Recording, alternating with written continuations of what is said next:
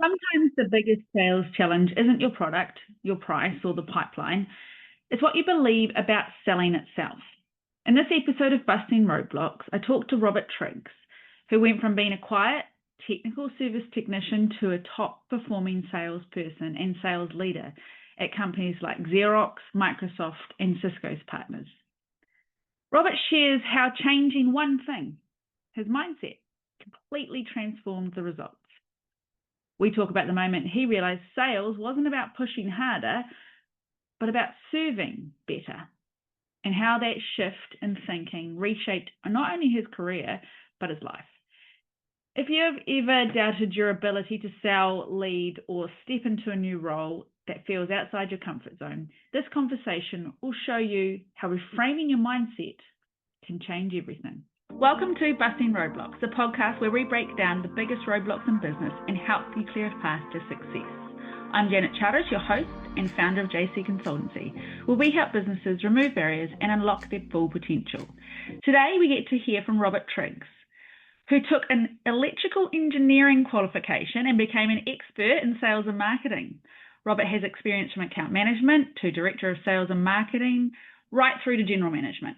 And he has honed his experience and become a sales process expert and coach. I met Robert on a business course where I would say, having looked at your online CV, only scraped the surface of some of your experiences. I was impressed by how Robert used technology, but also the human behavior to tap into the sales process. Welcome, Robert. Thank you. Boy, that's quite an introduction. Got to start with some powerful background, don't we? And given your history, you've got some powerful background. Now, I know your work experience centers around sales and marketing, and having read your online story, I see you didn't start out as a fan of salespeople, the traditional approaches. You couldn't see yourself being like that. And for those who have thought, oh, salespeople, keep listening. This is not the traditional sell harder story. Can you set the scene for us? Where are we and who are we dealing with? Yeah, thank you. Yeah, so where are we and who are you dealing with? So I started my career as a service technician. And so my personality is quite introverted, actually. Yeah, okay. And I didn't know what that was when I was a young person, but I can label it now that I was more introverted than extroverted. So here I am, a service technician working for Xerox. Most people know that company. Yeah. And so I ended up working in the training department, technical training. Okay. And while I was there, the manager of the training department, who managed all training, sales, service, management, everything, and Xerox was famous for their training back then, still are. Yeah. He said to me, "You should go into sales." And I said, "No way. No I am problem. not one of those." So I called them sharks. I'm not a shark. Yeah. I don't tell jokes and those kinds of things. Yeah. And he said, "No, no, no, things are changing." So anyway, long story short, I decided to go into sales at Xerox, and I didn't do very well when I started. Okay. So my entire story is about how do you go from being this introverted, I would say shy, technical person and become a highly successful salesperson, especially in an environment like Xerox. It's a very difficult environment. If you don't succeed, you're gone, right? Yeah. So it's not for the faint of heart. Yeah. It's a wonderful environment. I don't want to paint a picture where it's not. It is. It's just a very, if you don't succeed, you're gone type of thing. So you've got to produce. So your major roadblock wasn't just that you didn't know the how. You were in this massive high performance environment where if you didn't, you're gone. That's quite a lot of pressure. And particularly when this is not something you ever thought you were going to do. You were like, I'm quite happy in service. I'm quite happy training other people in service. I get to hang out by myself because I'm introverted and that's my happy place. Yeah. Well, so a lot of people, whether you're an entrepreneur listening or you're a salesperson working for a company listening, if you need to sell something as part of your role, your belief of sales is critical to your success. I know most people have an opinion of sales that's not positive, and that comes from the stories of the poor car salesman. We keep picking on the poor car salesman. Yeah. We have to stop picking on the poor car salesman. I didn't grow up and say, "Hey, guess what, mom and dad? I'm going to be a salesman." But if we have stories like, guess what, mom and dad, I'm going to go be a lawyer, I'm going to be a doctor, then everyone goes, yay. But I'm telling you, sales is an amazing profession because I see sales as a career of serving others, Yep. right? That's been my perspective since day one. I'm not trying to force anyone to buy anything. What Right. I'm doing is I'm uncovering the needs my customer has and helping them decide whether or not what I have to offer is a fit or Absorb not. it. So Yep. I've done that with Xerox Yep. hardware and Yep. services, Microsoft software, Cisco hardware software, Yeah. now coaching services. So what Yeah. I would say to people is if you're responsible for selling, either as a salesperson or an entrepreneur, Mm-hmm. you have to change your belief about sales first Yeah. and see it as an act of service. And as soon as you make that switch, your customer will feel that. Mm-hmm. You will attract the right customers and they will say yes. And you will repel the wrong customers and they will say no. But Correct. that's okay. That's Yeah. exactly the way it should be. Right. And if you believe sales is a bad thing and it makes you feel icky, Yeah. then you're not going to wake up every day and do the things you need to do. Correct. So I went through all of the wonderful sales training that Xerox offers their people back then. Yep. And it's, for those who don't know, Xerox is famous for their sales training. Okay. In fact, Xerox sells their sales training to other companies. It's Oh, so wow. good. Okay. They are really famous for it. They've made a product out of it. Yeah, yeah, exactly. And so I had the luxury and I was very fortunate to actually have that training. So I got about 6 months into my role as a salesperson at Xerox. And one night I wasn't doing that well. So I called my brother, younger brother, and I said, I'm just going to go back to service. I'm going to go back to my comfort zone. Mm-hmm. And he said, look, don't do that. Don't do that. Let me send you this book. Someone told me about it at the bar the other night. Yeah, sure. So he sent me, for those of you that can actually see this Yeah. podcast, there's a book behind me in a shadow box. Yeah. That's the book he sent me 27 years ago. And it's called Success Through a Positive Mental Attitude by Napoleon Hill. Wow. It's a very Okay. old book. Yep. And up until that point in my career, I had never really read something like that before. I read that book from cover to cover, and I didn't change anything else but my mindset. I was Right. the same person. My intelligence was the same. My Yeah. personality was the same. The training I had from Xerox was the same. The only thing I changed was my mindset, Wow. and I So that flourished. sounds really familiar because I've talked to a few people recently who've said, I got in the way of me succeeding. That's right. And some of them were subconscious. They genuinely didn't know they were getting it in their way. And others, it was, I'm talking to myself in a certain way. So do you feel like you were going, I don't like salespeople in the back of your mind and forcing yourself to do this role, and this book reset that dialogue? Yeah, so what happened to me is my identity at the time was this. I am not a salesperson. I am a service person. Yep. I am not extroverted. I am introverted. Yeah. And so all of these thoughts was my identity at the Mm-hmm. time. And when I learned to put that aside and create a new identity for myself, I am a successful salesperson. Correct. And being introverted ended up being a strength, Absolutely. not a weakness. Yeah. Yeah. So once I started to think like that, then my behaviors changed. And when I went to see customers, I came in with this, I know it now as a high vibration or a Mm-hmm. positive attitude. And so the outcome of those meetings was totally different. And then everybody wanted to help me, all the people at Xerox, all the different support engineers that I had at my disposal to help me, rather than trying to do it on my own and show everybody how smart I was. Yeah. I leveraged everybody more than anybody else did. And I ended up being the rookie of the year that first year Wow. and the top salesperson. Wow. Wow. So rookie and top overall salesperson. Yeah. Wow. Yeah. Okay. So Yeah. I guess this taps into the fact that your self-awareness is critical, but it shouldn't be the stop. Because probably, and this is revealing your age a wee bit, back in the day, you might have got the Myers-Briggs if you were lucky, and that's probably as Yep. far as understanding self went. So that's Yep. where you go, I know I'm introverted. Yeah, okay. Yep. But now we know it's a spectrum, and Myers-Briggs hasn't been totally thrown out the window, but it's close to being thrown out the window because we have to layer everything else on top of it. I would suggest this revelation and even reading this book wouldn't have been the norm back then. No, so here's the thing, especially back then, and as a man as well. I'll throw that out there. Yeah. So as a man, we're supposed to have it all together, right? Correct. You're supposed to be masculine and you don't ask for help. That's a weakness. That's why men never ask for directions. Yeah. Yeah. Right. We'll figure it out. Yeah. But here's the thing, it's a strength when you ask for help, man or woman. Correct. So what I did is I asked for help and I leveraged that help.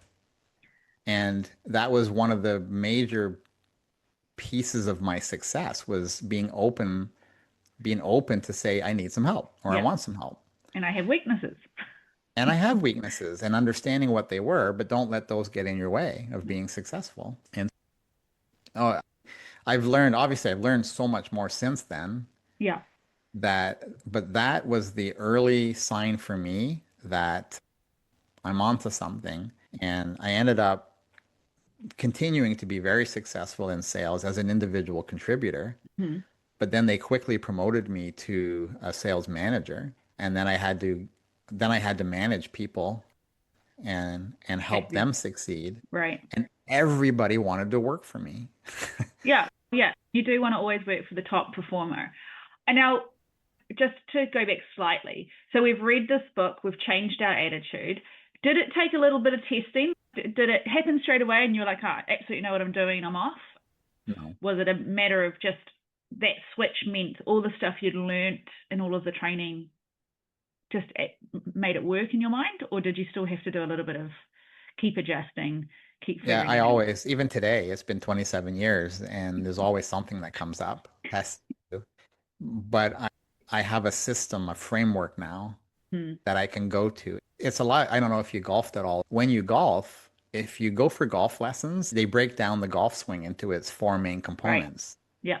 So the grip, gripping the club, the stance, the backswing, and then the follow through. And then there's a lot of other things, but those are the 4 main components. So when I golf, I just go back to that framework. Right. If I just hit a bad shot, I go, shoot, and my backswing wasn't right. So I have a framework now that I use to make sure that I'm successful as a seller. Yeah, interesting. So you've got a back to basics. I do a little bit of coaching with my nieces and nephews in basketball, and they want to do the 3-point shot, right? And I'm like, okay, but if you are the best person who can lay up on a team, everyone will want you in your team because that's your percentage shot. So those, you can do that one I've left, but we're going to run drills on the layup because I want you to be a 95% layup. It doesn't matter who's in front of you, that's the goal you're going to get. And I think it's getting those basics right. And always when things go wrong, because particularly in sport, but business is exactly the same. When you get inside your head, you need to go back to what works, what gets me back to basics every time, because or else your head gets in control and then you're gone. So your framework does that, right? It centers you again. It centers you. And that's why I spend so much time talking about mindset and manifestation. For some people, manifestation is this woo word. Yeah. But it really is that. If you want a specific outcome in your career or your life, you need to be able to visualize it and believe that it can happen first. Yeah. And then if you do that, then these frameworks actually will help enable the success. But it begins with what you're thinking. Yeah. So that's an awesome segue. So does that also, this change, I'm going to assume, and this is a huge assumption, that it impacted beyond just this job and this role and your career projection. I'm assuming it helped outside of work. Is that correct? Yes, very much. Yeah. So I'm married 34 years now and 2 kids. One, my daughter just got married a couple of weeks ago. Oh, exciting. So congratulations. That's awesome. My son started his own company 2 years ago. And wow. He's doing well. Yeah. Yeah. But it wasn't always like that. No. And for those of us that have been married for a while, there's ups and downs. And we've had our fair share of those ups and downs. Yeah. And so we call it this work. So this work of manifestation and mindset, I can honestly say it saved my marriage. Yeah. And so, yeah, it affects everything. It affects everything. And it would be even affect like the fact that your children have become successful is because you've modeled it and you've shown them how you have to be open to weaknesses and you have to be open to learning and pushing yourself and deciding your own path. Yeah, exactly. It would be fascinating if you could do the sliding doors moment when, if that didn't happen, how the trajectory of your life would have gone. Yeah. Which I know sounds dramatic, but I do think that everyone should get to a point in their career where they go, hang on, let's actually think about this, not just chase the golden chalice at the end and go, I want to be, go, actually, what are the things I'm really good at and what do I need a bit of help with and what do I really want to be doing, and make sure that you're chasing those right goals. And I think centering it with the structure that you've got makes a lot of sense. So if we were going to go back to younger you, but pretend they're in 2025, because now we have tons more tools to help, what would you suggest? What's like the 3 things you would tell someone who doesn't think they can do it, but a lot of people around them have faith that they can do this new role or this new thing? What would you tell them to go and do? I think what's different now than then is access to information that we have today. Yeah. And so today we're spoiled because we can go into ChatGPT and ask it questions. Yeah. We can Google things. And so information's at our fingertips. But I think what the problem is now, though, there's too much information. I've actually got over the last 5 years, I've invested in myself to develop myself. So I would recommend people invest in themselves. Yeah. I find a lot of people, especially in sales, working for a company, they wait for the company to come out with the training program or something. Too late. I would say don't wait. Yeah. Don't wait. If you want to be a master craftswoman woodworking, you would go and learn how to do woodworking. You would go buy the best chisels and the best tools, and then you would open up a business and you would go do woodworking. Yeah. When you're in sales, a lot of us don't do that. We might buy a sales book and read it, maybe. But you need to invest and hone your craft. Yeah. So I would recommend to people to invest in themselves and become the best possible salesperson you can be. Whether you work for a company or you're an entrepreneur trying to sell your products or services, learn the craft of selling. Yeah, absolutely. Yeah. And do you have things like coaches and stuff now, or do you dip in and out of that? Because I know it's very trendy. What I personally find hard with coaches, and I think you'll probably get this, is they're not all created equal. And I think you definitely need to find one that you gel with and who's going to lead you down your path. Would you tap into coaches, and do you? I do, yeah. I've had some really good coaches. And so I think it is finding the right coach for sure. And then finding the right program and model that works for you. That's really important. So a lot of coaches will have different programs that don't cost any money. They'll have events, so they'll have different things. So you get to feel what they're like. Yeah. And so I recommend that. I'd be careful of the hard close type programs. Like you got to sign up now or else. And I would interview people that have actually gone through the program to see how it's helped them. And would you rotate your coaches across time, or? Yeah, over the years, I've had 6 coaches over the last 15 years. Yeah, great. 3 of them I paid for out of my own money. Yeah. And 3 of them were people that I worked with that were at a senior level. Yeah. That I asked them to formally help me and coach me. And so recently I've spent tens of thousands of dollars on coaching. Yeah. And I'll tell you, it's been some of the best money I've ever spent on developing the things I need to develop. And so while I was an employee working at companies as the sales lead, I was investing in coaching. I was investing in consulting template models. I was investing in lots of different things so that I could be the best head of sales possible. And that's why in the end, I decided to go out and do my own thing. Yeah, perfect. So tell me what you're doing now. How do people get hold of you? Because honestly, if you just have a look at Robert's CV, you'll be like, okay, great. He's got experience at the wazoo, and now he's handing over this experience in an amazing way. So tell us, what are you doing and how do we get hold of you? Yeah, thank you. And you're right. So I have a lot of experience. So I have a lot of experience at big companies like Xerox, working for Microsoft and Cisco partners, bringing companies from very small to very large and going through a successful acquisition. Mm-hmm. But the biggest thing, when I decided to do this, I thought, what is it that I want to do most? I love helping people. And that's been something in my blood since I was a little kid. And so when I transitioned from being a traditional sales manager or salesperson, sales manager, I decided to get into coaching. So I got my coaching certification so I could be a better sales manager. Yeah, great. So now I was able to help people succeed at selling by being who they are. They didn't have to change who they were. They just needed a model to use that works. Yeah. So that's what I've been practicing over the last 10, 15 years as the leader of sales. So what I've done is I've decided to take that out into the marketplace and offer that as a program. So one of the things I thought was, how do I help lots of people? I could be a fractional VP of sales, or I could do coaching one-on-one, but I only have so many hours in the day. Absolutely. Right? So I thought, well, if I create a program that is basically the essence of me, almost like bottling all this experience. Just add water. So if I create this program, people go through the program at their own pace. I don't have to charge very much money compared to what it would cost working with me directly. Correct. Yeah. And then I have weekly group coaching calls so I can help lots of people. Fantastic. So that's the model that I put in place. And I got to say, it's working really well. And I love it. I love doing it. Yeah.